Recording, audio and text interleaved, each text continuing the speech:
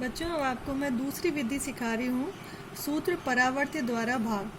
एक संख्या है 2112 जिसमें हमें 97 का भाग लगाना है। निकिलम विधि की तरह ही हम इसमें 3 खंड बनाएंगे, प्रथम द्वितीय तृतीय, और इनमें अंक लिखेंगे।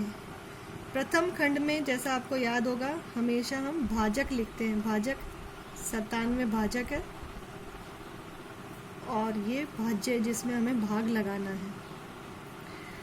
निकिलम विधि की तरह ही आप देखिए 97 100 से नज़दीक है, इसलिए आधार हो गया 100 और इसका पूरक अंक 100 में से 97 घटाइए 0 3 हो गया। यहाँ परावर्त्य अंक एक शब्द आता है परावर्त्य विधि में। परावर्त्य अंक ये लिखना जरूरी है। परावर्त्य अंक हो गए 0 और 3।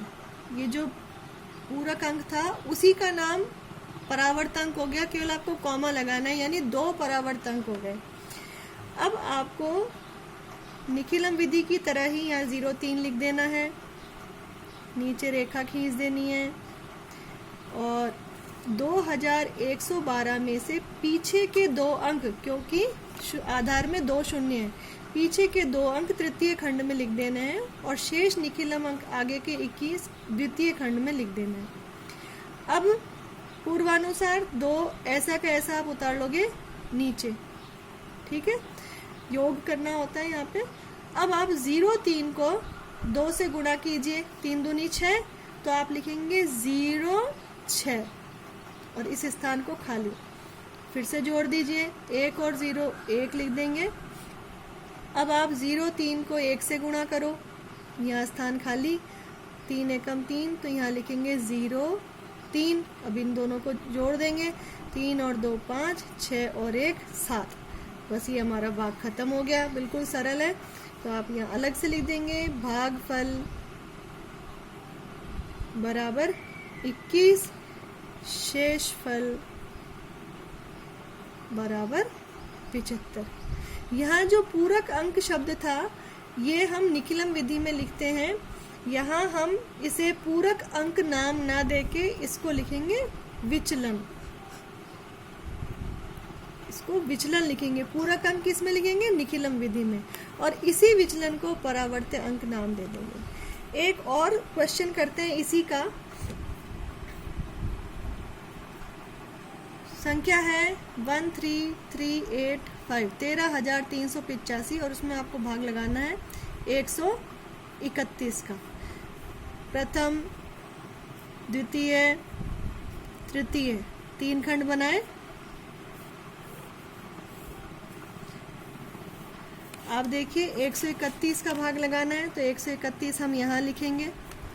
131 100 के नज़दीक है, तो आधार तो हुआ 100, विचलन हुआ 131 में से 100 घटाइए, प्लस के 31 जो है विचलन हुआ, यानी 31 अधिक है ना। लेकिन जो परावर्त्य अंक है, परावर्त्य अंक वो माइनस का 3 माइनस का 1 कहा जाएगा। क्यों? क्योंकि 100 के नज़दीक आने के लिए इसमें से 31 घटाने पड़ेंगे, इसलिए -3 -1 इसको लिखा जाएगा। अब यहाँ तो हम लिखेंगे 31 और उसके नीचे इधर हम कॉमा लगाते हुए, ये ध्यान देने की बात है, यहाँ कॉमा लगाते हुए -3 -1 लिखेंगे। अब वापस देखिए, आप आधार में है 2 शून्य, तो आप 2 अंक इस 13385 में से 85 को पीछे लिख देंगे और 133 को बीच में लिख देंगे। पहले के जैसे पहला स्थान खाली, ये लाइन खींच दी, 1 को ऐसा का ऐसा उतार लिया। अब इस -3 से पहले आप 1 को गुणा करो, तो यहाँ आया -3।